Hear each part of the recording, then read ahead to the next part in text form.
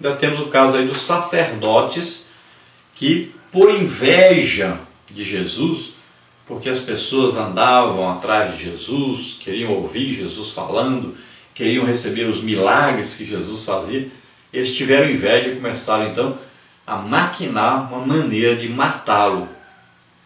Que eles queriam destruir Jesus, tirar Jesus do meio do povo, para que o povo os amasse, os admirasse, os respeitasse mais do que a Jesus. Parte 2, a inveja e sua consequência. Então nós vamos ver aí tópico 1 na vida de Caim, tópico 2 na vida dos irmãos de José, tópico 3 na vida do crente. Então tópico 1 na vida de Caim. O homicídio cometido por Caim nasceu da inveja que ele nutria por seu irmão Abel. Ele apresentou uma oferta ao Senhor que, por causa da má disposição do seu coração, foi rejeitada por Deus, ao passo que a de Abel foi aceita, porque este amava a Deus. Gênesis 4, de 1 a 16. O problema não estava na oferta em si, porque Deus era adorado no Antigo Testamento, tanto por sacrifícios vegetais quanto animais. Veja Levíticos 2, de 1 a 16. O real problema está na qualidade espiritual e moral do ofertante. Vendo que o semblante de Caim decaíra por causa da inveja e do ódio que ele nutria contra o seu irmão, Deus advertiu quanto ao pecado que jazia à porta. Mas Caim permitiu que a inveja se transformasse em ódio, que mais adiante leva-o a planejar e executar o assassinato de seu irmão. Em consequência de seu crime, Caim é banido da presença do Senhor. Gênesis 4, 16. O crente deve aprender a controlar suas emoções, pois os nossos atos geram consequências que às vezes acompanham-nos durante toda a vida. Então aqui é a inveja e sua consequência. Para Caim, qual foi a consequência então da sua inveja? Então veja bem que da inveja nasceu a maldade, a intenção de matar o seu irmão, o que ele fez. Agora, o que ele conseguiu com isso? Qual é o resultado da sua inveja, da sua maldade?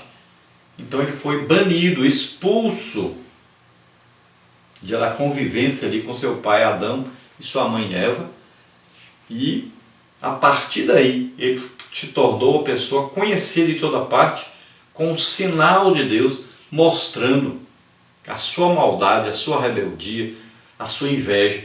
Todos olhavam para ele, já sabiam quem era, e já o temiam, não tinham mais amor e amizade por ele. Então ele ficou uma pessoa mal vista por todos, sendo reconhecido por todos como uma pessoa malvada, uma pessoa invejosa. Agora vamos ver a consequência da inveja na vida dos irmãos de José. Vamos ver aí na vida dos irmãos de José, então, tópico 2. José era o filho amado de Jacó, por isso recebeu de seu pai um presente que o distinguia de todos os seus irmãos. Gênesis 37, 3, que é aquela túnica, né? Além disso, teve certa vez 2 sonhos que, interpretados, mostravam toda a sua família curvando-se diante dele. Tais fatos suscitaram a inveja e a maldade de seus irmãos, pois era-lhes inadmissível que o seu irmão caçula viesse um dia a dominá-los. Gênesis 37, 4 a 11. Tomados pela inveja, venderam-no como escravo para o Egito. Mas passados 13 anos o Senhor exaltou José, o escravo hebreu, tornou-se governador do Egito. E nessa condição pôde salvar sua família, inclusive os que intentaram-lhe o mal. Gênesis do capítulo 41 ao capítulo 48. Mais tarde eles vieram a se arrepender de seus pecados e a reconhecer que Deus de fato estava operando uma grande salvação por intermédio de José. Então qual a consequência aí da inveja dos irmãos de José para com ele?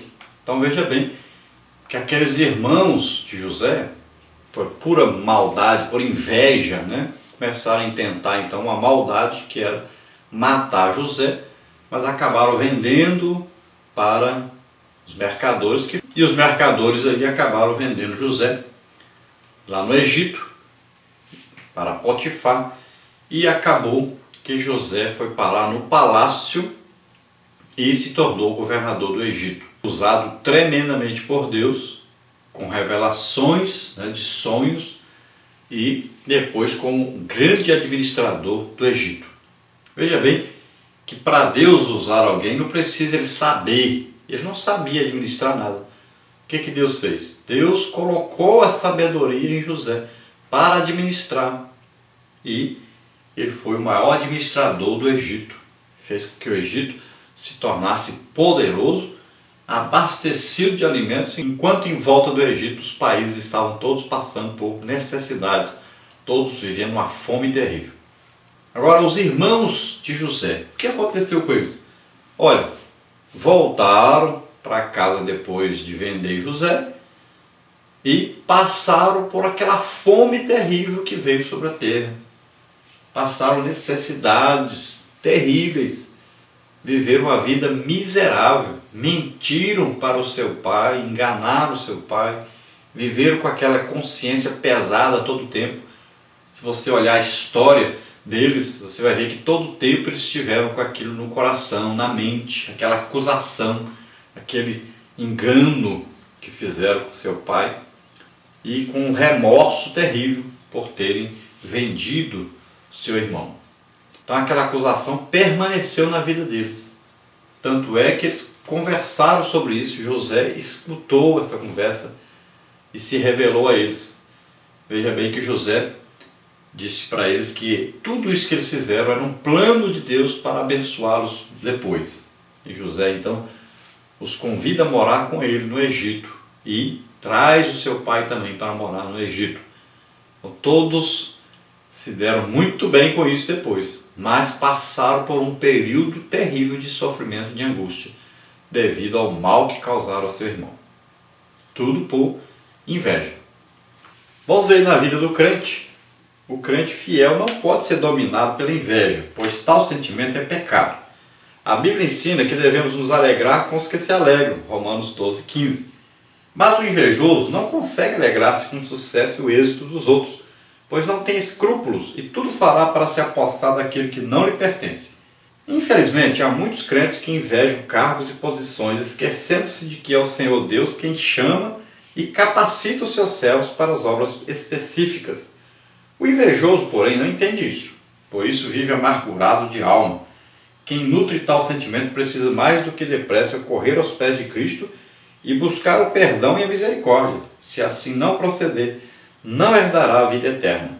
Então o crente não pode ser dominado por esse pecado aí de inveja, porque essa inveja vai fazer com que ele comece a maquinar mal, comece a praticar maldades com a pessoa invejada por ele. Então são muitos os crentes que têm esse problema de desejar o que o outro tem, ou desejar ser o que o outro é. E esse é um problema terrível.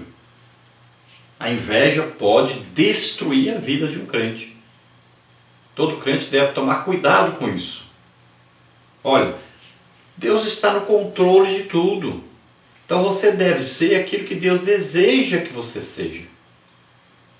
Você deve ocupar a posição que Deus deseja que você ocupe.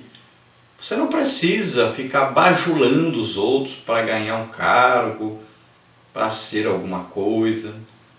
Você não precisa aí praticar coisas ilícitas para conseguir chegar a um lugar que o outro chegou. Então, você não precisa ficar aí falando mal, armando armadilhas para outra pessoa, porque você deseja o cargo da outra, deseja ser o que ele é. Então são coisas terríveis que muitos crentes praticam devido à inveja. Então são maldades que o crente pratica por inveja. É um desejo de ser alguma coisa grande, de possuir alguma coisa grande. E isso é terrível. Nós estamos vivendo numa época de um materialismo terrível. Então as pessoas querem porque querem ter o que o outro tem. O outro comprou lá uma caminhonete, pois ele quer ter de qualquer maneira uma também. E de preferência, e ele só fica feliz se for a que o outro comprou. Ele nem quer outra não, ele quer a do outro. Então a inveja, ela faz com que a pessoa deseje nem é ter a mesma coisa que o outro tem não. Ele quer ter o que o outro tem. Ele quer tirar do outro aquilo que ele tem para ele ser mais infeliz. Ele não aguenta a felicidade do outro. Então ele quer tirar aquilo que causa a felicidade do outro e quer pegar para ele ser feliz. Então é uma maldade terrível e que o crente deve evitar a todo custo. Só se consegue evitar isso lendo a palavra de Deus e vendo o que Deus tem para nós. A Bíblia diz o quê? Contente-se com o que você tem. Viva contente. Se você tem o que comer, o que vestir, tem uma casinha para morar, fique tranquilo, fique contente com isso. Não fique desejando o cargo do outro, a posição social do outro. Não fique desejando as bênçãos materiais que o outro tem, que muitas vezes nem é bênção, foi adquirido aí de uma maneira errada. Não fique desejando isso. Não fique olhando para os ímpios e desejando ser o que eles são, desejando ter o que eles têm. Então cuidado com isso. Aqueles que desejam ser ricos caem em laços, acabam fazendo coisas erradas, acabam tendo inveja, acabam praticando maldades para adquirir as coisas. Muito cuidado com isso. O crente tem que tomar muito cuidado com essa maldade produzida pela inveja. Parte 3. A destruição advinda da maldade. Uma coisa que ocorre muito na igreja são pessoas que desejam cargos, posições eclesiásticas. A pessoa deseja tanto isso que ele é capaz de derrubar os outros, mentir a respeito dos outros, perseguir os outros. É uma coisa terrível isso. E acontece dentro da igreja. Os pastores, principalmente, sofrem muito com pessoas invejosas que tem na igreja, que desejam até o cargo dele. Começam a falar mal dele, persegui-lo, atrapalhar o que ele faz, atrapalhar a obra de Deus. Então eles fazem tudo para tirar aquele pastor e quer ocupar o lugar daquele pastor a todo custo. Quer fazer tudo para derrubar, para entrar no lugar do outro. E começa a praticar maldades então.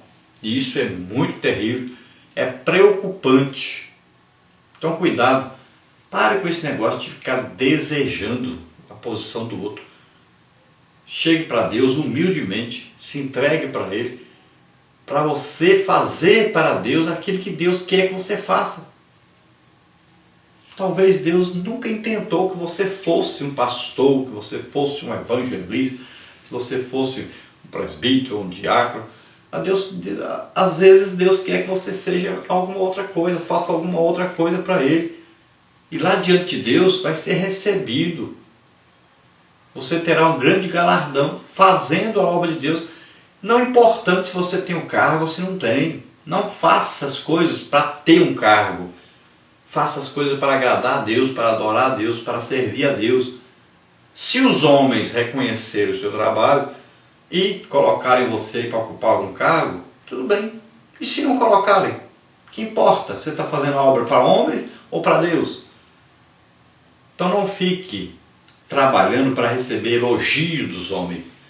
Trabalhe para receber o galardão no céu. Mesmo assim, não fique com a intenção de trabalhar para receber alguma coisa em troca. Trabalhe por amor a Deus. Trabalhe para agradar a Deus. Isso é importante. Parte 3, a destruição advinda da maldade. Então nós vamos ver a destruição no âmbito familiar, no trabalho e na igreja. Primeiro, no âmbito familiar. O homem e a mulher que sinceramente serve a Deus não agem com malícia ou com astúcia. Cristo convida-nos a aprender com Ele a sermos mansos e humildes, Mateus 11, 29. A família cristã deve ser diferente e firmar-se como exemplo a ser seguido. Em nosso lar, por conseguinte, não pode faltar o amor, a paz e a mansidão. Se por acaso você estiver sofrendo com algum familiar, suporte a provação e vença o mal com o bem. 1 de Pedro 3, 8 a 12.